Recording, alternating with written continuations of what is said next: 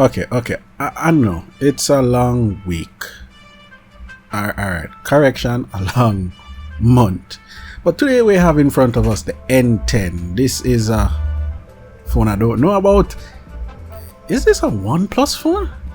Or is this a Nokia phone?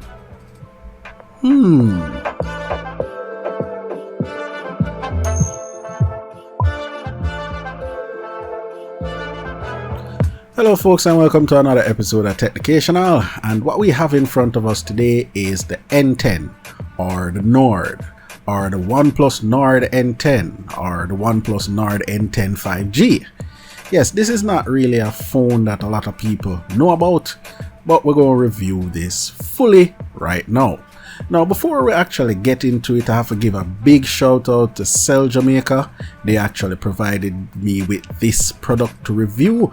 And people, any out there phone that you can't find anywhere else, CellJamaica actually has it brand new for you to look at and buy. And this is one of them. Anyhow, let's see what we get in the box and see if OnePlus is one of those companies that has no morals whatsoever and leave the charger out the box. You know, I really can't believe I'm saying this, but well, they have morals. I can't believe the days come that having a charger in our phone box is a feature. Yeah, so there's a charger here, and my god, what? This thing is huge. This not a charger in my house. No, JPS would have definitely laugh if we plug in this. My god, this is like charge your phone 0 to 60 in 60 seconds. This is big. Okay, alright, don't focus on that. Yeah, so this is the wall plug brick, the whole building. Damn. Anyhow, yes, this doesn't look like it will work on your standard wall outlet out here, but you don't have to worry. CellJamaica does offer wall adapters. Anyhow, brother, this really big doing, am I youth? That's what she said. Alright, moving on. The next thing that you can find in the box is the USB cable. That's USB to USB Type-C that you connect to the wall generator.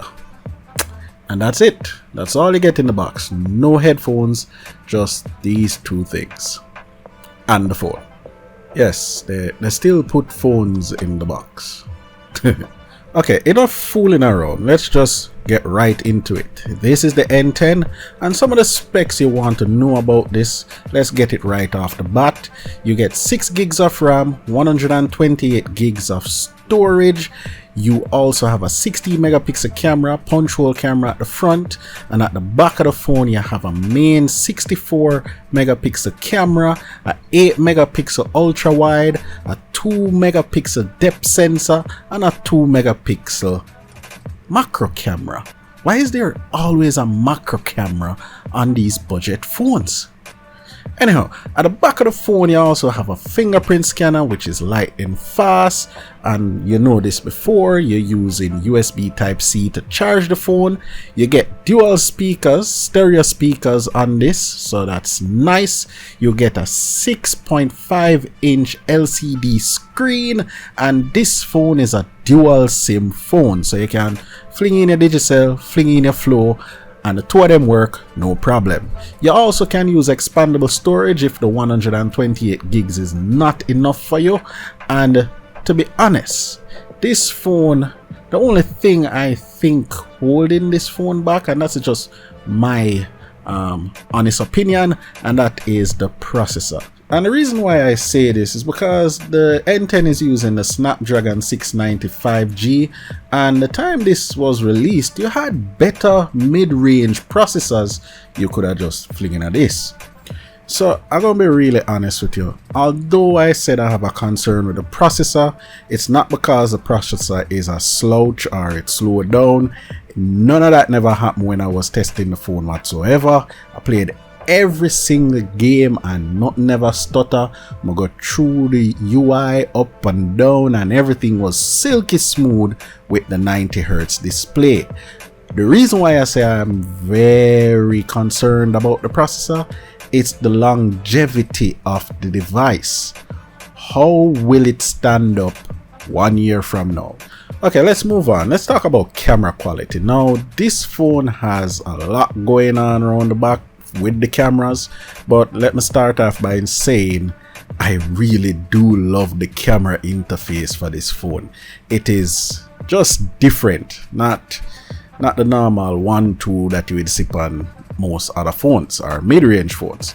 Anyhow, this is an important section because a lot of people don't know the phone and most people stick to Samsung because, you know, they know what they're getting when you buy a Samsung phone with the cameras. Anyhow, I am here to report that the Nord takes decent photos in the day. In the night, it's okay, but in the day, pretty decent photos. The zoom shots are good as well. The macro shots though, might as well take a close-up shot with the 64 megapixel and crop it down. But for zoom shots and day shots, everything looks pretty decent and the color reproduction is quite good. So where are we?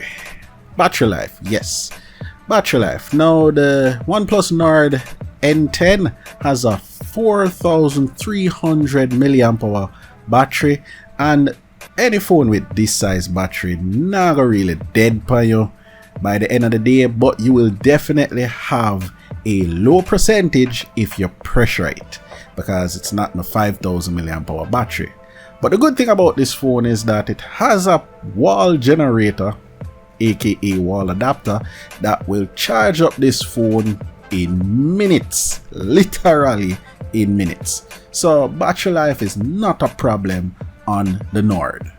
So what are my final thoughts on the OnePlus Nord 10 5G or the Nord or the N10, whichever one you want to call it?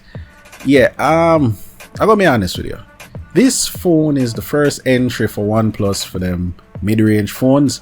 It's not all specs to the wall and bleeding edge, cutting edge technology, and it's pretty decent. It feels good in the hand. It has a decent display. The performance is okay. You get a decent amount of space, nice amount of RAM, and a very lightning fast fingerprint scanner.